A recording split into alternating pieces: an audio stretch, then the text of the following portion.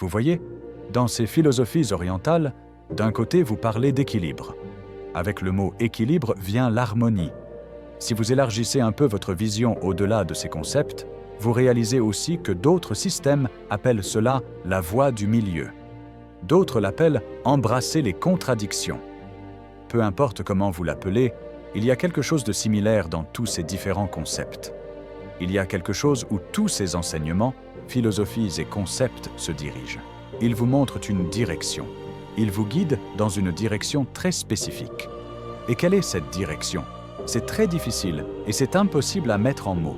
C'est pourquoi, et c'est la raison pour laquelle je pense vraiment et comment j'ai aussi appris, il est toujours bon d'écouter d'autres philosophies, d'écouter d'autres professeurs, de regarder dans d'autres systèmes et juste essayer de comprendre ce qu'ils essaient réellement d'enseigner. Encore une fois, arrêtez de juger.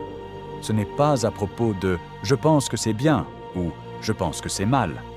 Peu importe ce que vous pensez. Regardez simplement et essayez de comprendre.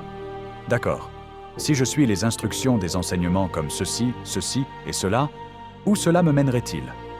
Essayez juste de voir cela d'abord. Ensuite, vous regardez le système suivant. Peu importe, faites la même chose. Et puisqu'il y a tellement de variétés, quelque part à la fin vous pensez « D'accord, mais maintenant je dois décider. Que devrais-je faire maintenant ?» Alors vous simplifiez.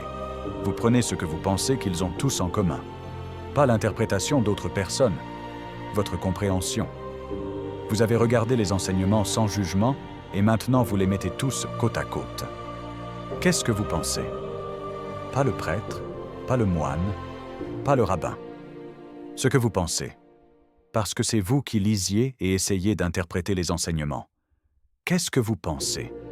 Qu'avez-vous retiré de la lecture de toutes ces choses? Et si vous trouvez quelque chose qu'ils ont en commun, gardez-le. Arrêtez de baser votre vie sur l'opinion des autres. Arrêtez de baser votre vie sur l'opinion d'une autre personne. C'est toujours bon de prendre les opinions en considération, mais à la fin, vous devez avoir la clarté. Prenez l'opinion de la personne A, de la personne B, de la personne C. Ils pourraient tous avoir raison.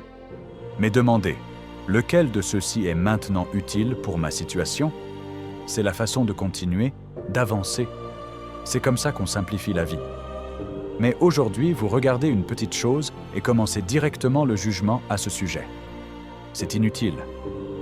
Alors très bien exprimé, ce n'est pas un chemin facile, mais c'est significatif. Je pense vraiment que ces deux aspects sont la caractéristique de l'esprit du guerrier. Le guerrier, ce n'est pas facile, pourtant vous y allez. Et c'est intentionnel. C'est significatif ce que vous faites, parce que cela vient de vous.